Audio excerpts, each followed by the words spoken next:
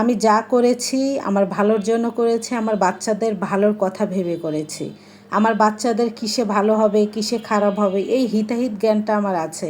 আশা করি এটা আপনাদের কাছ থেকে আমার নিতে হবে না। এটা মহান আল্লাহ তাআলাই আমার মাথার ভিতরে দিয়ে দিয়েছে।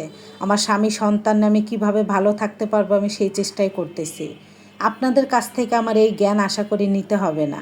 যারা আমাদের খোঁজ খবর নেয় না, বছরে একদিন ফোন করে আমার বাচ্চার ভবিষ্যৎ আমি নষ্ট করতেছি, আপনি কিভাবে বুঝলেন?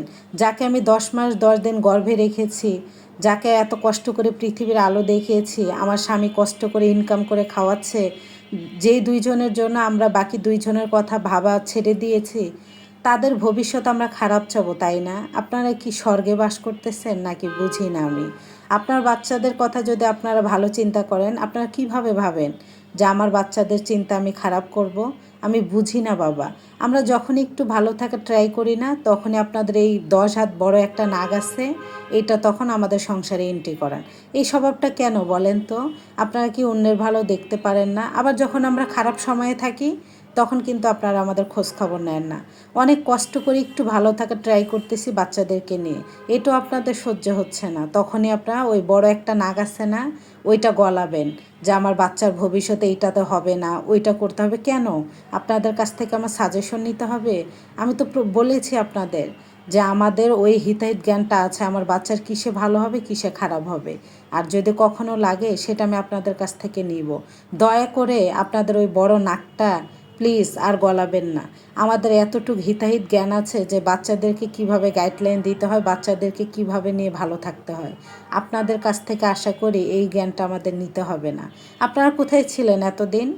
যখন দুইটা বাচ্চা নিয়ে অনেক কষ্ট করে চলেছি, আপনারা কোথায় ছিলেন? আজকে রান্না করলে কালকে কি রান্না করবে এটা নিয়ে চিন্তা করেছি। এখন এসেছেন জ্ঞান দিতে না। যখন বুঝতে পারেন যে আমার স্বামী একটু ভালো টাকা পয়সা ইনকাম করতেছে, তখনই আপনাদের ওই 36 হাত নাকটা আমার সংসার গলানো শুরু করে দেন। আপনাদের এই স্বভাব আর কি বলবো। যারা না বললেও বোঝে না তাদেরকে বোঝানো যায় না। আপনারা অন্য হাতের মানুষ। আপনাদেরকে হাজারবার বোঝানোর চেষ্টা করলেও কেন জানি আপনারা বুঝতেই চান না।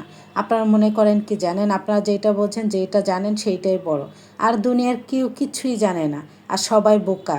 আপনারা আসলে নিজেদেরকে যে বেশি চালাক মনে করেন না, এজন্য নিজেরা যে কখন নিজেকে বোকা বানিয়েছেন নিজেরাও জানেন না।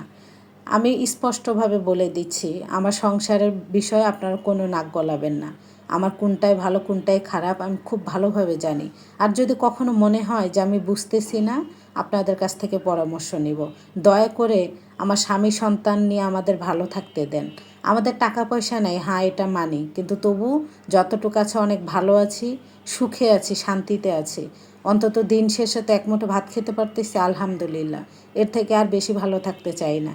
আপনাদের মতো অন্যের সংসারও নাক গলাতে চাই না। আশা করি আমার কথাগুলো বুঝতে পেরেছেন।